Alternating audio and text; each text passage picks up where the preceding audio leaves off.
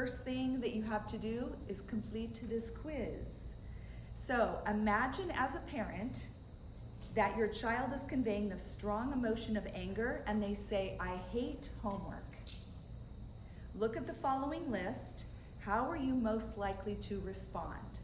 If you see things there that look like you, I want you to check them off. Also pay attention to any ways that your caregivers responded.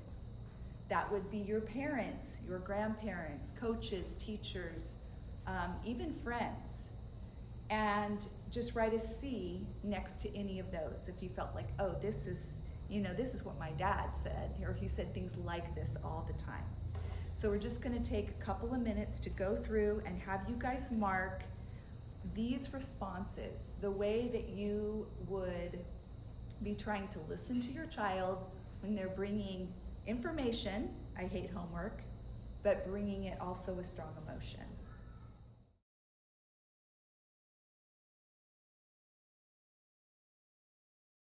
Would you say any of these are a good listening response? Are any of them a bad listening response? At the top, I left the title blank. At the bottom, in the bold type, none of these responses are listening responses.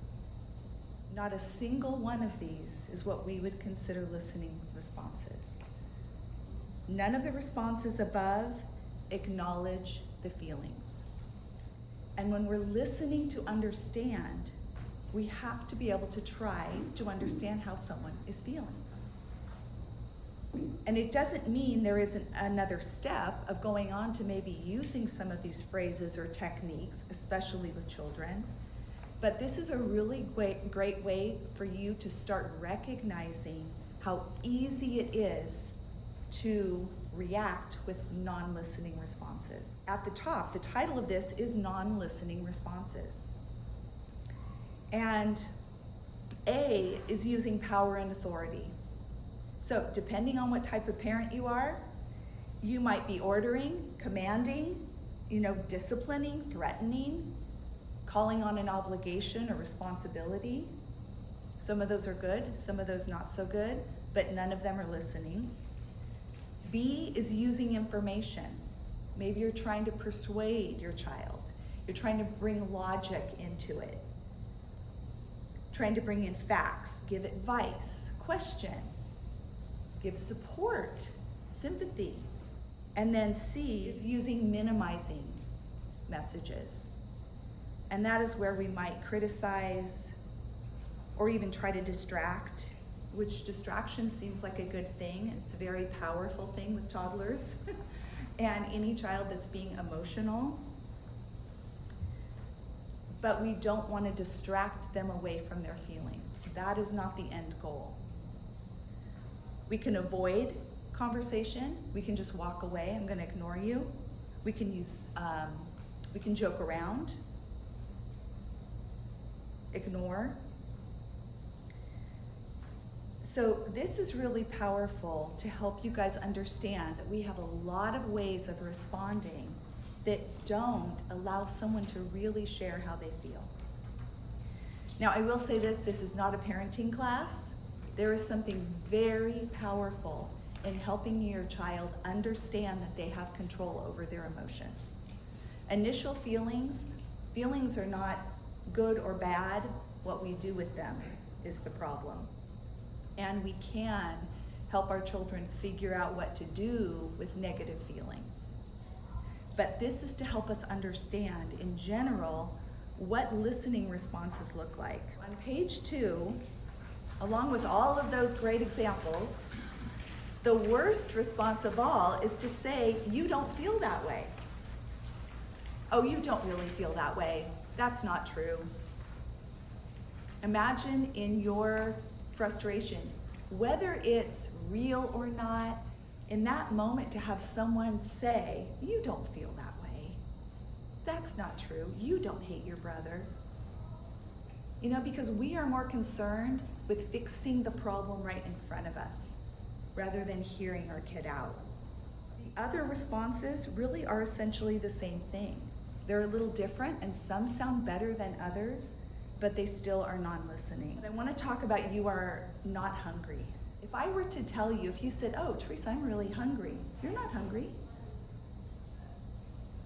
Is there anything that I can do to determine whether you are hungry or not? Absolutely not. You are the only person in the world that can decide if you're hungry.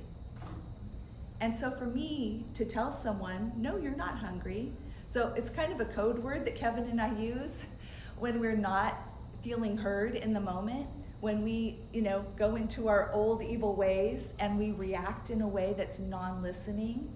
We kind of go, well, I guess I'm not hungry.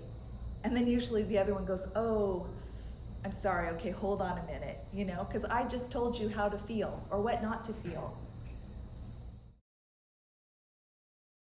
So the train analogy is really interesting. I read this years ago, and this is another example with kids, because it's just easier for us to learn with children, even though we all act like children sometimes. In this situation, the author was telling a story about her, I think, 3-year-old son who had a favorite stuffed animal that he had to sleep with every night. And grandma had been visiting, and she left. She lived like another state away. She left to drive home. And they're getting ready for bed. And the stuffed animal is nowhere to be found. And all of a sudden, the little boy realizes, cries out, my stuffy is in Grammy's car. And it's apparently in the back seat, and grandma left 3 hours ago. It's like, okay, what are we gonna do now? And this child is just beside himself. This is the tunnel analogy. Difficult feelings are tunnels, and we are the trains traveling through them. We have to move all the way through the darkness to get to the calm, peaceful light at the end. It sounds simple, but easier said than done. And this is where well-meaning parents go wrong. We often attempt to intercept our children on the journey through the emotional tunnel.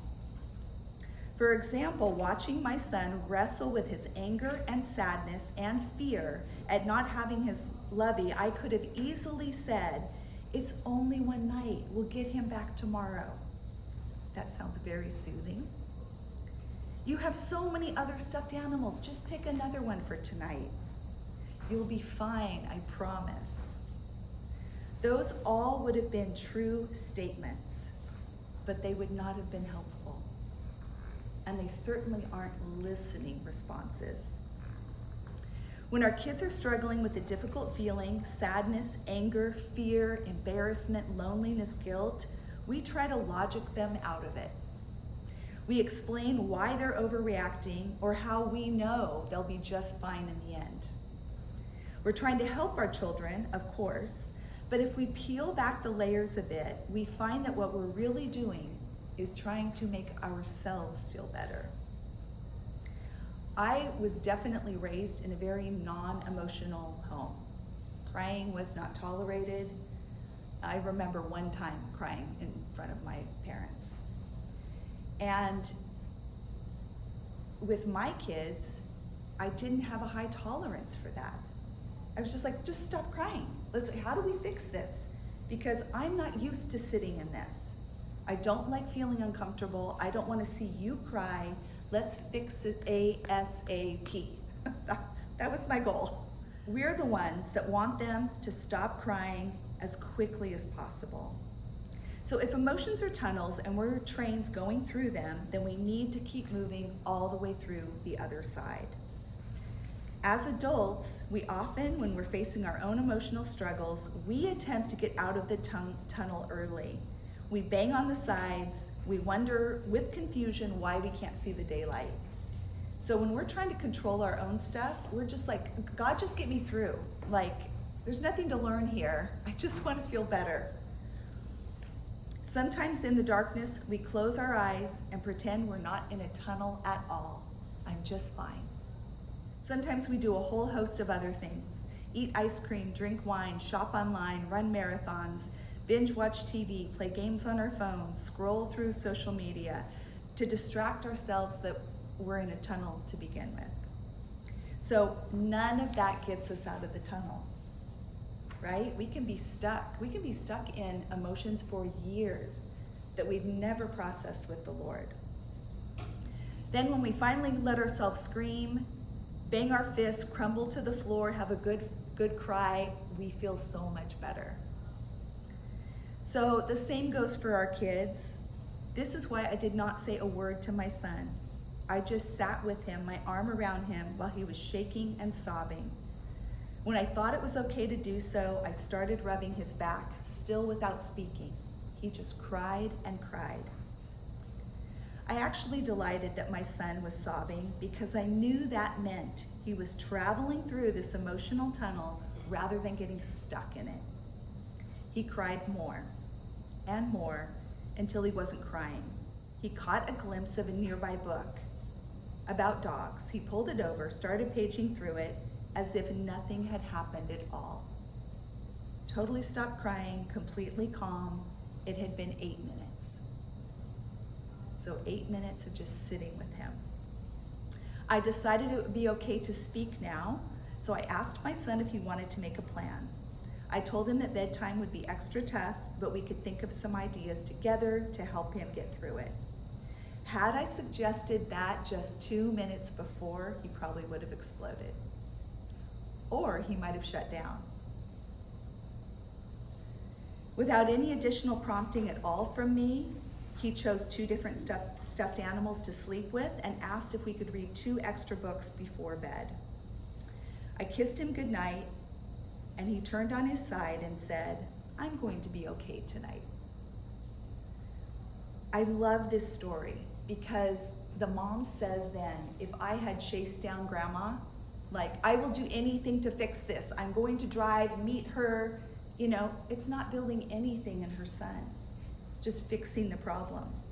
If she had told him over and over again, this is not a big deal. One night you'll be fine. For one thing, kids tend to say, I can't really share my heart with my parents. I will be shut down. I will be told to be quiet. I will be told, fix it, make it right, but don't be a bother to me. We usually won't say those words, but often that's what we're conveying. Anytime that we are going through the tunnel, the importance of allowing the Lord to walk us through that. Now, obviously our children don't have really that ability at a young age. That's part of discipling them and mentoring them in that, how to go to the Father for what they need. But with the train analogy, all of those responses we just talked about, they stop the train prematurely. And the child doesn't get through to really process and get to the end. Tonight we're going to learn to listen to understand. And we used to do this a little bit later in this class, but it is so crucial. It will come up in every single week. So we decided to do it a little earlier. Opening or closing the door to further conversation. Proverbs 25, the purpose in a man's heart is like deep water, but a man of understanding will draw it out. We need to draw each other out. That's how we get to know each other. That's how we show love, especially in difficult, stressful situations. There's ways that we can open the door to further conversation and ways we can close the door. So opening the door, we want to invite people to share more by showing that we're interested and we care. If you feel like someone's not interested, you're gonna clam up really quick. Here are some ideas for opening the door. Use neutral responses that show you're listening. I see. Oh, wow, interesting. I didn't know that. Sometimes we don't say anything. And if you've ever had someone listen to you and they say nothing, you're kind of like, are you here? Hello, do you hear me? Are you daydreaming? Where are you? So this lets people know I am listening and I want to hear more. I would like to hear about that. Tell me more. If I'm with you and you're telling me something and I say, hey, tell me more, It's not just some rote thing. It's because I really want to get to know you better. I want to encourage you and invite you to share with me. I'm really interested in how you feel about this. Thank you for telling me this. I appreciate your vulnerability. If someone has shared something really difficult with you, this is a great response. Acknowledge that that was probably very hard for them. Thank you for coming to me with this. I imagine it must have been difficult. Can you imagine going to someone with an accusation like, I am so angry with you and this is what you did to hurt me and I'm so mad, and that person says, thank you for coming to me with this. I imagine it must have been difficult. Most of us are just ready for a fight, right? I'll start it and let's go. We are retraining our brains, our souls, to respond differently, to not have it just be the automatic response of the way we grew up or the ways that we've learned to defend ourselves. So this is important. These are phrases that you can learn and begin to use. And it can feel awkward at first. You can feel like, oh, that's that canned phrase I learned in class. I can't say that right now. I'm like, yes, you can. It feels awkward, but it's because we're learning. And it feels foreign. It's like trying to speak a language. You've just started learning French. And I'm like, tell me something in French. And you're like, that's okay. You know, because I don't have it all polished. I'm really just learning. It's kind of like that, but you don't learn unless you try, right? If you decide you're not going to speak that language until you can do it perfectly, it doesn't even make sense. It's impossible. You have to speak it out to practice. These are ways we can close the door. Becoming defensive right off the bat. Oh, hold on, I did not do that. You just cut, ended the conversation right there, as far as listening. Sharing your own opinion or experience.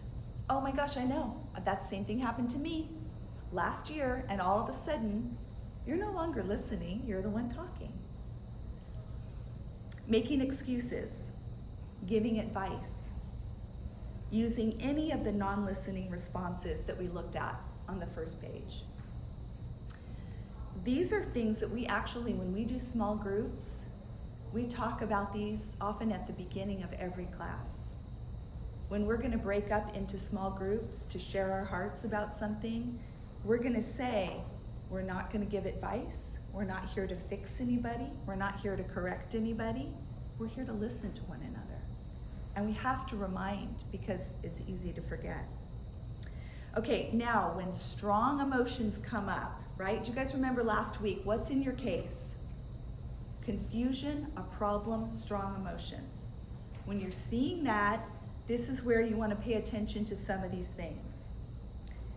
I would really like to hear what's going on in your heart. And inside you might be going, oh my goodness, I'm terrified. Like this person's angry with me. But this is a listening response. Ouch, that hurt. Especially if they say something in a really mean way. Did you mean for that to sound harsh, critical, mean? The reason this one is really helpful is that often, let's say that Kevin comes home and I say something to him and he says, wow, did you mean that to sound so harsh? I probably have one of two answers. Well, no, but I am mad at you because da-da-da-da-da, right? So I just leaked there. Or I might say, oh my goodness, no, I'm so sorry. I've just been on the phone with the insurance company for an hour. Like, I have lost my mind. I did not mean to take that out on you. I am so sorry. So this is bringing some clarity, right? It also lets the other person recognize what they're doing, what they're saying. Because apparently, I'm unaware. Regina and I had a great conversation today about being kind to our husbands. And obviously the people we are closest to, it's where we let down our hair, where we're not quite so nice. We don't feel like we have to, love. What you have to say is important to me, but it's getting lost in the way you're saying it. So maybe someone's coming at you with some fire, and rather than firing right back, you're saying, okay, you know what? I really want to hear what you have to say, but that just kind of set me back. Can we hit the pause for a minute? It's okay for you to be mad. It's not okay for you to be mean. Okay? We don't say mean things. We don't raise our voices to one another. If you ever get to that point, you're feeling your blood boil, you just said something unkind intentionally, you raised your voice, you're name calling, any of those things, you hit the pause. We call it the timeout. Like the conversation ends right there. The first word, the first phrase with a raised voice. It's called self-control. It can be very difficult if you've been raised in a family where that was the norm, where you're never going to get your say if you don't charge in. We're going to talk about our families of origin coming up and how that has influenced our communication. I'd like you to lower your voice so I can focus on what you're saying. You can ask first. If they can't lower their voice, and say, I need to hit the pause. We need a break. I think a break would be helpful to let our emotions settle down. Let's choose a time to continue. Now, we went off the flight. I can never say them all quickly. Fight, flight, freeze, and fawn. And depending on your tendencies, if you do the flight, if you run away, if you don't want to deal with stuff, there is no coming back at another time. So this is very important that you set a time. If you're the one to say, I need a break, I need to pause, typically in a relationship, one is wanting to press in, the other is wanting to fall back. It's very common. And it causes a lot of tension because the one feels like, I need a break, I can't handle this, but they actually don't ever want to talk about it. That's the problem. So when you say, let's choose a time to continue, you are saying this relationship is important to me and I do want to talk about it. I'm not trying to avoid it, I'm not trying to get out of this, but I do need a break. And this one too, I'm not sure how to respond to this, I'd like time to process. Can we meet Tuesday at 4? Pick it back up again. We're going to talk about the listening tool. And the listening tool is something that can be done without anyone else knowing that you're using it. It also can be done by saying, hey, can we use the listening tool? That's done more often, maybe with people that are familiar with the listening tool, in a relationship where someone else understands what that is. But you can use the listening tool anytime to try to figure out what someone else is saying. So whenever we're experiencing heightened emotions, stress, raised voices, feelings of anger, wanting to run in a conversation, we need to identify feelings and then open the door to more conversation. This is assuming that you can actually talk in a calm way and you don't need to pause. If you do that, return. We've seen a lot of different listening tools. Mirroring is a very common one. You may have learned that in like a personal communication class in college or something. It's where you mirror back exactly what someone has said.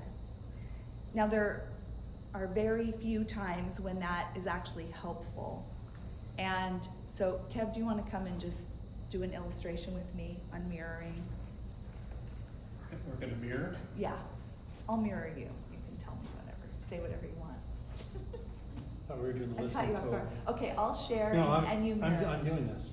I thought we were using the listening tool. Oh, you thought we were using the listening tool. Yeah, I was a little confused. You're a little confused. Yes. Yes, I am. You really are. So that isn't very helpful. It can help you keep your emotions down, Sometimes when someone hears the same thing repeated back, they might go, oh, did I just say that? So it's not completely worthless, but you're not really getting anywhere. I mean, that's clarifying exactly what someone said. That doesn't listen for anything beyond the actual words that were said. With the listening tool, we are looking for the feelings behind the words. Sometimes we're looking for feelings that the other person doesn't even know they're feeling, honestly. Using feeling words rather than long, wordy explanations. It doesn't mean you can't explain things, but you know what we're used to often is talking for 20 minutes straight. I do this to Kevin all the time. He's like, oh, I paused there. Just give me you just did 2 minutes. Let me address that. Because when we talk that long, it's very difficult to respond to that. To say, oh, I think this is how you're feeling. So we've got to keep it short. And in my family, and we had even done this with our kids, because we're teaching them not to interrupt one another, waiting for their turn, all of that. It's like, okay, this is the talking stick. We have the microphone, we have the spoon, whatever. And when you have the talking stick, you get to talk. No one else gets to talk, no one gets to interrupt, right? But I mean, I know this is this way often in recovery, because the point is drawing people out to where you are able to share your heart and without being interrupted at all. So this really does have its place. But when you're having a one-on-one with someone, they can just talk on and you don't even get a chance to really hear them, to say, I think this is what you're saying. You want it to be short. Do not give advice. Do not problem solve. Do not do anything on page 1. Do not bring your ideas, feelings, etc. into the conversation. It's not about you. Try to truly put yourself in their shoes. Feel what they're feeling. Understand what they're going through. This is not a two-way conversation. It's someone is speaking and someone is listening. It's not really a back and forth. And this is hard to do too, because we're just used to this constant. So the speaker, whoever that is going to briefly describe the issue or problem they're having in 1 to 2 minutes, briefly, okay? Then the listener, it's important, you're like, this is my role, I'm the listener. I just heard this week. I added it in here. There was a woman that was explaining when you want to listen to someone, she said, you take all of your feelings, your thoughts, your accusations, your fears, your excuses, your defenses, and you put them all in a box and you close it up and you set it to the side, because your job is to listen and understand how someone feels. And that's all the stuff that gets in the way of that. So you're going to try to identify the feelings behind the words. You're going to respond with words to show that you understand. And you're going to ask questions to draw them out. And then the speaker will convey what they got right and what is incorrect. They might say, yes, that's exactly it, or no, not really.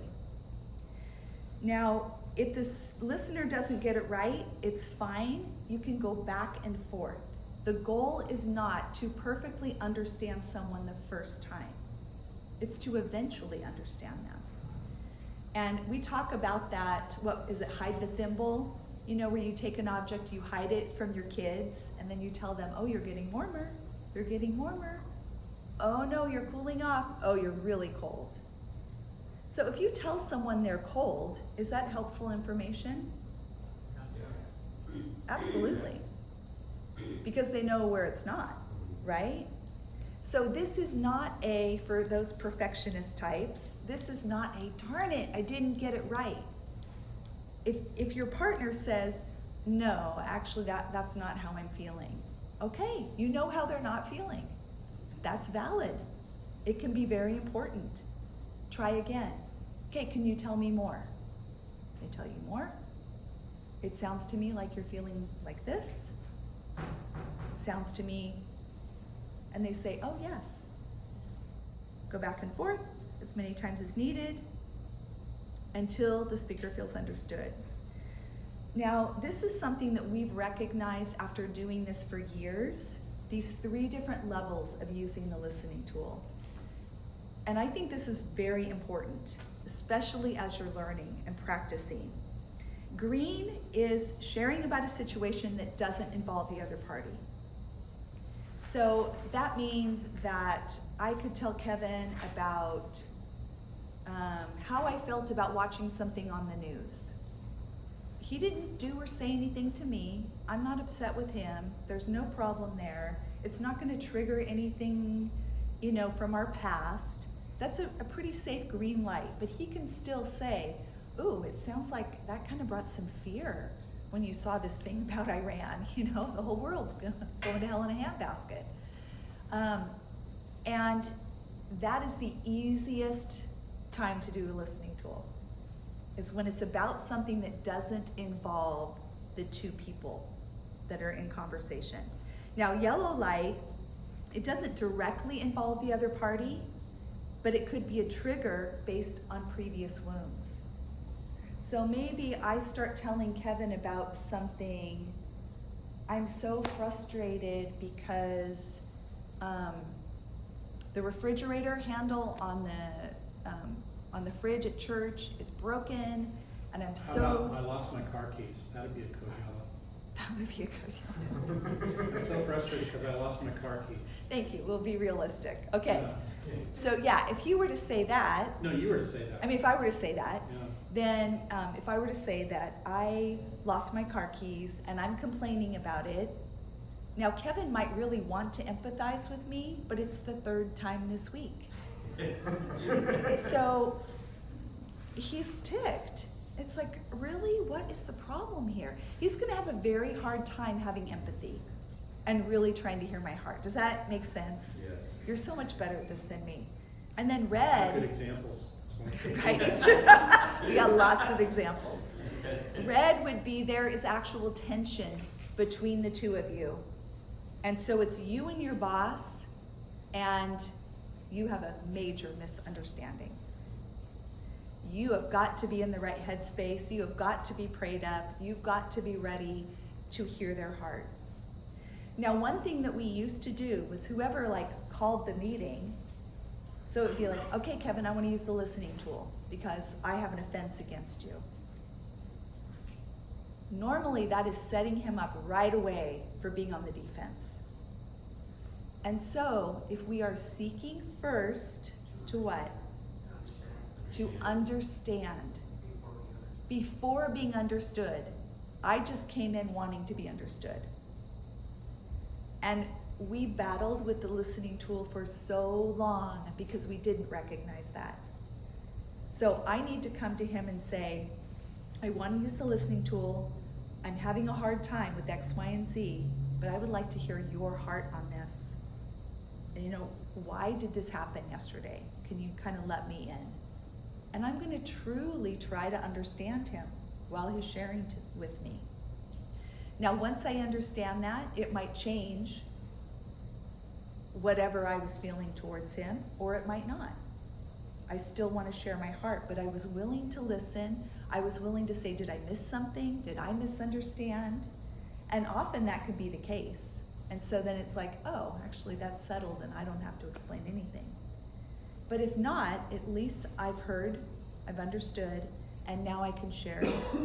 I become the speaker and Kevin becomes the listener. But those red light ones, you want to just put the pause on those for a while until you practice this and get better. Get really good at green, work your way up to yellow, and tackle the red only when you're ready. Now the red, as soon as there's raised emotion, raised voices, we're going to hit the pause. We're going to step away. We're going to let the Lord in. I want you guys to think about something going on currently with you. So I don't want it to be with anyone in this room. But think about something going on in your life that's bothering you, that's a frustration, that's hurting you, an area of confusion. Could be with a neighbor, a coworker. You know, the guy at your favorite restaurant who always gets your order wrong. So is there anyone willing to share one of the difficulties they're having right now? So we can practice. Stephen, come on up.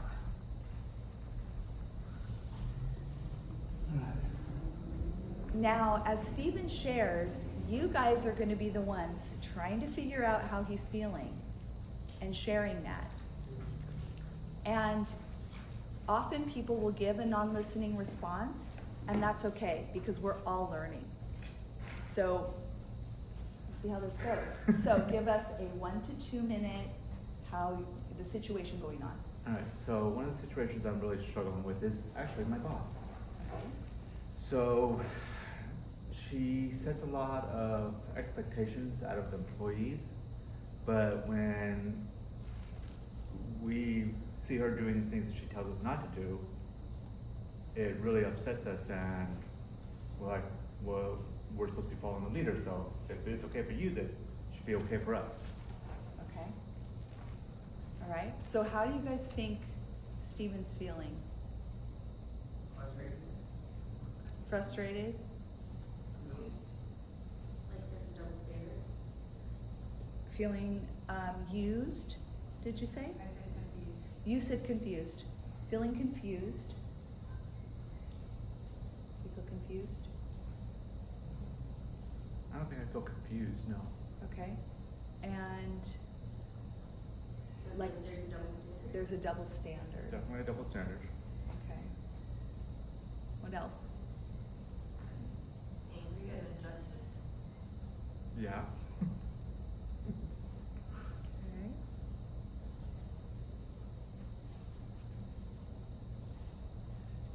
Does it feel hypocritical to you? It does. Do you feel like you have a voice to speak up about it? Does it make you feel powerless in a way?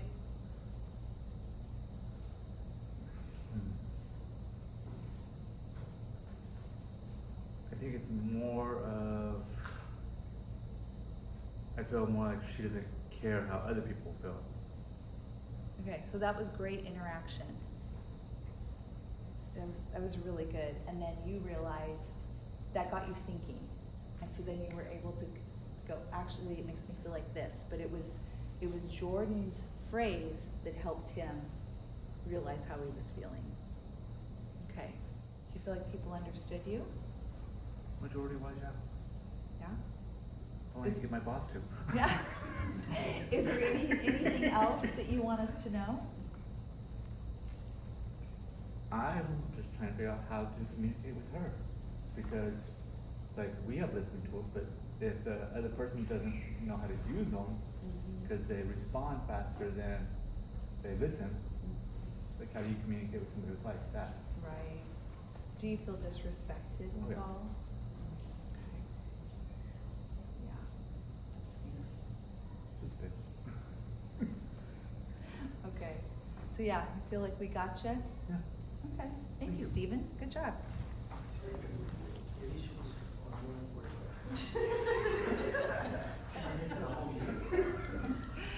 Now, can you guys give me some examples of non-listening responses for Stephen?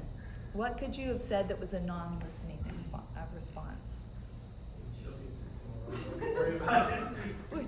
Maybe she'll be sick tomorrow. You won't have to worry about it. Maybe she'll be sick tomorrow and you won't have to worry about it. If it was my boss, I would just tell him this.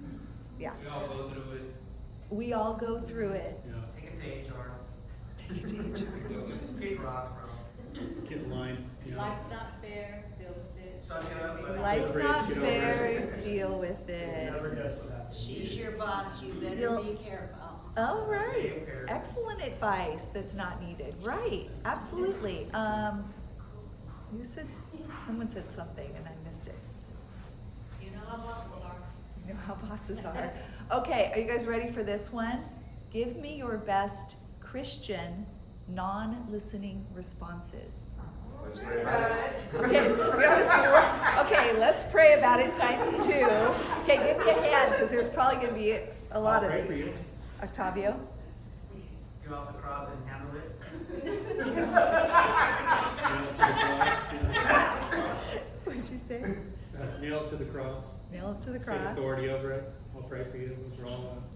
Yeah. Turn the other cheek. Turn the other cheek. You're a victor, not a victim. Is that true?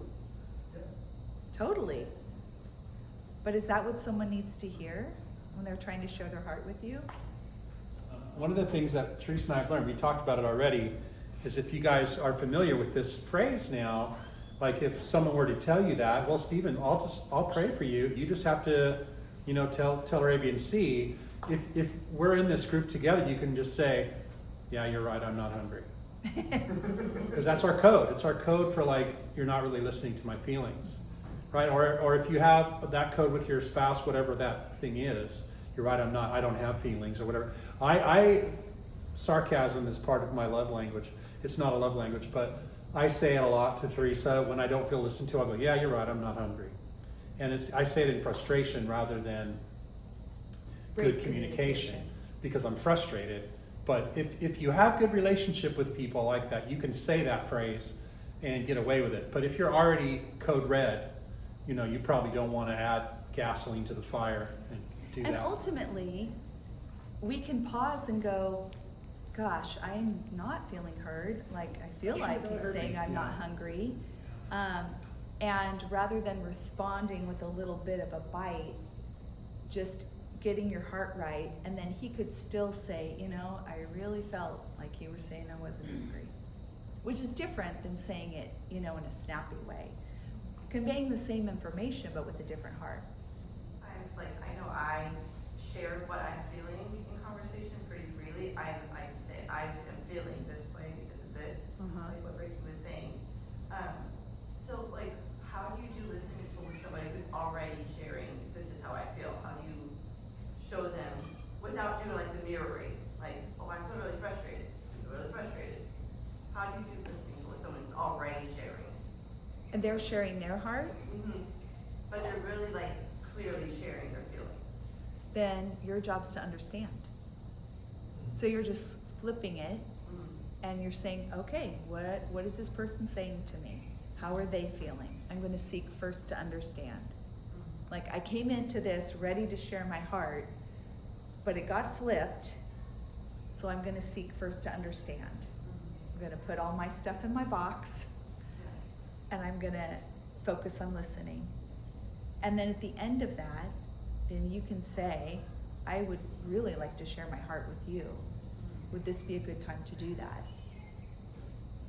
A lot of times, it feels like I'm sharing my feelings very clearly. However, clarifying questions, because just because it's clear here doesn't mean it's coming out clear down here. Yeah. Right. Exactly. And so clarifying questions can help to draw that out to sharpen the understanding.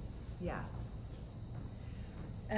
Another thing is we have a tendency to use the word like in our listening to say, I think you feel like, or I feel like you don't like me. That's not a feeling. That actually got turned into an accusation, right? Turned into a you. When you have to use the word like, you're not sharing a feeling. Now, it doesn't mean it can't, sometimes it's the best way to explain something, but it can quickly turn into not listening. In fact, there was a couple, we were doing marriage counseling, this was probably 10 years ago, and the husband said to the wife, I think you're a jerk. Oh, yeah. And Kevin said, well, we're talking about feelings, and can you please use a feeling word? He goes, I feel like you're a jerk. Not exactly. So again, that word like, be careful, because it happens all the time with us. And it can be benign, so then you don't have to worry about it. But it's like, well, I feel like you're never home on time. That's not a feeling. You didn't share anything about how you felt. They say that most emotions fall into the 4 categories: sad, mad, glad, egad. That's how you remember being scared. Egad. So sad, mad, glad, and afraid. Those are the 4 core emotions. And how many of you have seen a feelings wheel? I actually have copies for you guys, so I will get those to you. From those 4 emotions, there's breakdowns of further, more specific words for glad, more specific words for sad. And there's even a breakdown from there. And often when we don't quite have the right words, I mean, just saying I'm mad or I'm frustrated is okay. But the more we can explain, the deeper we can go. And Brene Brown actually wrote an entire book called Atlas of the Heart, and it's all emotions. Explaining in such detail, it is fascinating to me. And discussing sometimes the differences between very close emotions. And it's really an amazing book. And beginning to look at that, or even just look at a feelings wheel can help you. It can help you with your children, helping them understand how they're feeling with a little more clarity. What you were asking, sometimes we do just want to vent. And so if someone is wanting to share, one thing that you can say, I'm sure you guys have all heard this, are you just wanting me to listen, or are you looking for advice? Which, even if I'm using the listening tool and I'm trying to listen to someone to the end, I make sure they're feeling heard, then I might say, would you like to know what I think? Or did you just want to share, just vent? Is it too late? And then they can tell me, oh no, I just wanted to vent, I'm good. Or, okay, yeah, what would you do? Or whatever. But it's asking rather than that just being our response. When someone is venting, often it sometimes feels pointless, like, okay, really, but a lot of times when people are venting, they're externally processing, and as they're speaking, they're actually coming to understand their own emotions. Yeah. And so it's not at all pointless. Let it come out, draw it out, let it go. Yep. And How many of you feel like you're a verbal processor? You need to talk to someone Totally a verbal to work processor. through stuff. I come up with my own solutions once I talk And, about the problem. and how many of you are internal? You're quiet, you think, you don't have to say stuff out loud. Yeah. Yeah, it's a good point, Brian.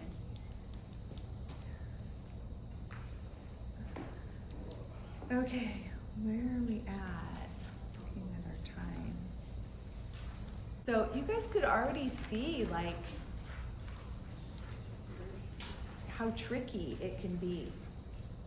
This is a difficult skill. And honestly, tonight, this is probably the roughest of any listening tool that we've done before in class. Usually they're pretty like easy to track and understand, and the person feels really heard and understood. And tonight, some of these were tricky. They're not always gonna be just an easy slam dunk. They might take multiple times, right, of drawing someone out. Anybody else have an example? I do, but mine's too political if you don't mind.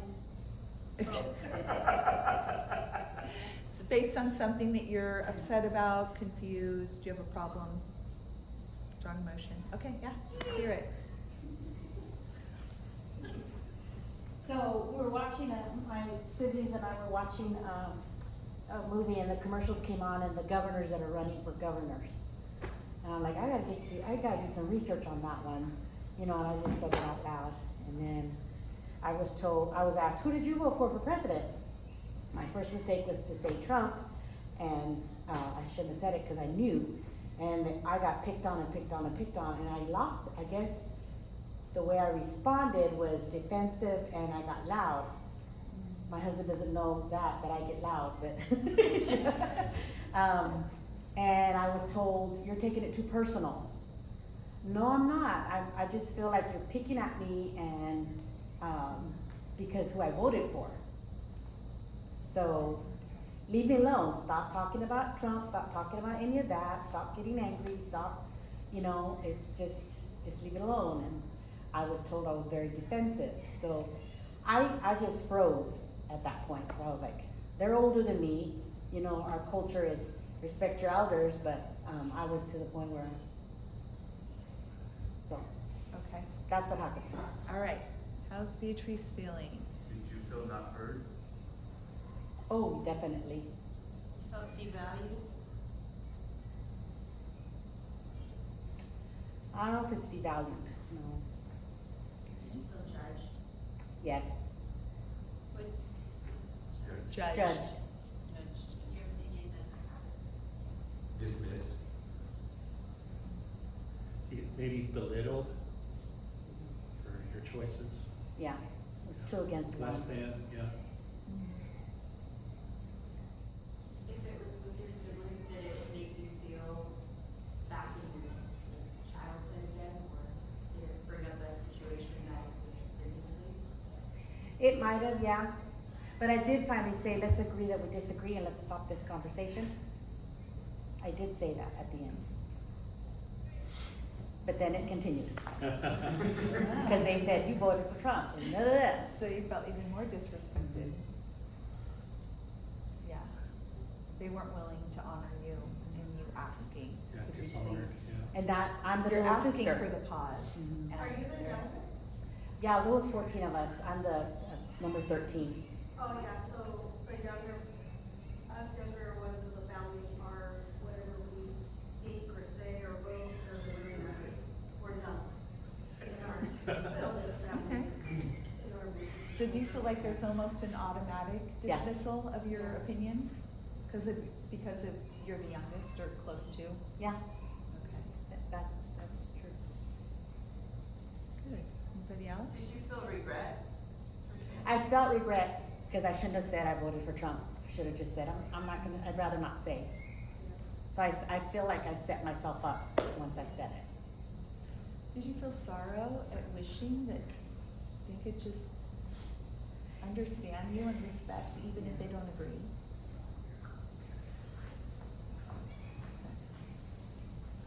So, how are you feeling now? I'm kidding. Do you feel like, Yeah, you guys People heard are it, yeah, understanding you? understanding. okay, Like you guys, hit the nail right on the head on some of the stuff.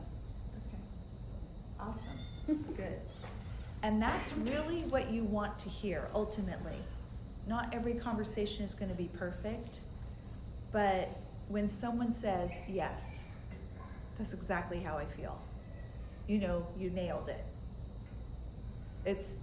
It's a really great feeling. When was it? Well, I was trying to do the recording of week 1 for this class, and I was having so many issues. And it was a day for me to stay at home, but I had to come in at 8 in the morning. I went to 3 different tech places for them to try to help me. And it just made me crazy. And it was hours. And so for those of you that were waiting for the recording, it didn't come until 8 o'clock that night. It was all day. And Trisha was coming over and we were talking on the phone, and she just said, oh, I'm so sorry. That just sounds horrible. Like you were just kind of dragged around all day and nothing was going the way you wanted. And I was just like, yeah, I hated it. And I literally was like, thank you. Thank you for, you know, having some compassion and understanding that that was really hard, you know? Because we really do just want to be understood by other people. They say that we read so that we know we're not alone. You ever heard that phrase? But you know, having someone understand your heart really can make you feel connected. Can make you feel like someone hears, they understand, has nothing to do with whether they agree or not, or whether they could fix your problem or not, but they get you, you know? So it's an incredible skill to learn, but it's hard. It really is not easy. And when you get to, like for Kevin and I, our yellow light stuff, what we're learning is the listening tool just points, as we fail, points to the things where we're having to press into the Lord to love unconditionally, to continue to love, to continue to have grace for one another. And it always comes back to that. In fact, I think one of the things that I've learned about myself that I don't like is that I'll listen to somebody tell a story, they'll tell their feelings, and it reminds me of something about my own life. And so rather than take the opportunity to listen, I just tell them about my story. And that's not a listening response either. And I think what it creates is like, this isn't about you, this is about me. What makes you think this is about you, you know? And it kind of creates that sense of you're not really listening because you're just telling me your story. And I think especially when there's emotion and when there's difficulty, we kind of have to learn to, like Teresa said, box up our stuff and just listen, and then try to step into their world. Wow, it sounds like, you know, I do this sometimes if I'm on high alert. I'll say, wow, if that happened to me, I would feel this way. Is that how you feel? And that way, it's like, you know, I'm putting myself into their world. It's like, wow, like with Beatrice, it's like, I get that online all the time with people, you know? And it's like, I know how that feels. It feels disrespectful. You feel invisible. You feel like you're unvalued, like somehow you're less than, you know? Because I felt that way. And so if I say it in that way, I know how you feel. If it was me, I'd feel this way. Do you feel like this? Boom. But if I just go, oh yeah, I was on Facebook the other day and I did this, and then all of a sudden it becomes all about me, and she's like, you're not listening to me. Does that make sense? Yeah. Yeah, trying to put yourself in someone else's shoes is what is going to help you understand. And then when you have trouble, you're, you know, getting clarification. So would you, because I think people's personal stories are still valuable, so if like after a point of understanding somebody's emotions, then is there space to also, like, can I share something that happened with me to encourage you? Yes. Like, Yes. or is that still me trying to fix them? No, that's where you have equity in the relationship and you ask permission first. And not after you've heard them share a couple things and you're just waiting, chomping at the bit to share your part. They're like, yes, yeah, that's exactly how I feel. When they can say that and you can tell that they're, you know, really feel heard, you can say, actually, I went through something similar. Can I share my experience? And hopefully they're willing to listen to you. Absolutely. And that's, you know, could I give you some advice? Like, I read something the other day that could be really helpful, but no worries if you're not wanting advice or whatever. But we ask permission. We don't just launch out and say the thing. Definitely. And that's what we encourage, like in our small groups. Because we talk about this in mom's group all the time. We break up into these small groups. We share with one another, pray for each other. And I say, if you have something where you really can relate to someone and you think it might be helpful, you just say, hey, I actually had a really similar experience. I would love to share. Can we get coffee this week? It's very intentional. It's not just like, okay, is it my turn? Is it my turn? Let me talk. No. I want to look over the reflections for this week. And really just taking like one morning, one evening, a few minutes to go over this is very helpful. To really apply this to your life. Review your non-listening responses. Think back to times when you maybe didn't feel heard, when you felt shut down, when you had a parent that constantly told you, stop crying, you're fine, whatever it is, you know. Begin to notice how you respond to different people. Do you listen to understand? It is amazing how often we just react right back. We don't ask questions. We don't really listen. So if the first thing is to respond back rather than saying, oh really? Did you da da da da? And you ask them another question about the thing, drawing them out. I feel like Kevin is really good at that because of years of being a chiropractor. He just learned to listen and learn to ask questions to draw people out. Can you listen without fixing, giving advice, defending yourself, or making excuses? But the first thing is to notice how you respond to people. What's the first thing you say? And not everything needs to be like the actual listening tool, but it's the only way you're going to begin to notice how quick am I to just respond without even wanting to know more about this person. Number 3, do you intentionally pause talking periodically in conversations to hear what others have to say? Do you actually just stop? And are you quiet? Is there dead space where someone else could jump in if they wanted to? Does anyone tell you that you dominate conversations? Those are hard things to hear. That often you don't take a breath to let others in. It's our autopilot that's hard. It's hard for us to even know what we normally do until we start paying attention and asking the Lord to show us. Ask 3 people who know you well if you are a good listener. Hear what they have to say. Be prepared to be quiet and to listen to what they have to say. This has the potential to be a red light conversation. If you can't listen without defending yourself, or you immediately find yourself getting like, pause the conversation. Practice the listening tool several times this week. Invite someone to help you practice by asking them to tell you something difficult in their life right now. Just say, hey, I'm learning this skill, I'm in this class. Can you tell me about something hard that's going on in your life? And then you don't even have to tell them exactly what you're doing. Begin to ask questions. Begin to say, hey, it sounds like you might be feeling like this, or is this making you mad? Whatever it is, try it out with them and then ask them, do you feel like I listened to you? Do you feel heard? So practice. If you're in class with a spouse, you can practice with your spouse, but keep it low key. Unless you're just like, the overachiever A student and you got to dive right into red light. I mean, go ahead, but I can't be responsible.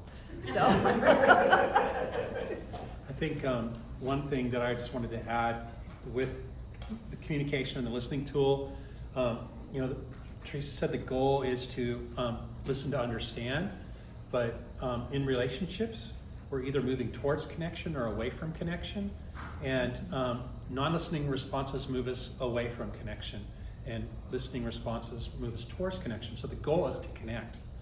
The goal is to feel heard, for the other person to feel heard, and is to connect. The goal isn't to give your opinion. The goal is to really listen to understand. Why? So that you can connect. Because you want to have deeper relationships. You want to be a master communicator. You want to be a ninja communicator. So the goal really is to just listen because you want to connect. You want to move towards connection, not away from connection. So if your marriage is in trouble, if your relationships are in trouble, anything like that, even if they're not in trouble, the one way to move closer is to connect through conversations. Have hard conversations. Listen to understand. Move towards connection, not away from connection. And you might find it hard. You might find, I tried the listening tool this week. It did not go well. This was really tough. We're all learning. So, Kev, could you close us in prayer? We're not going to worship tonight. Yeah. It's usually Let's one of pray. the longest classes. We thank you, Father, that you're always moving towards us and wanting us to connect with you.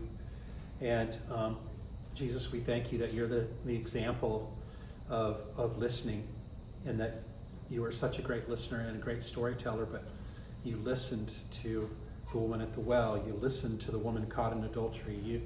You listened to the disciples, Lord. And so, Lord, just show us how to be master listeners. Thank you that you gave us 2 ears and 1 mouth. Lord, help us to listen twice as much as we speak. And we just pray, Lord, that you'd be in our conversations all this week and leading into next week as well. In Jesus' name.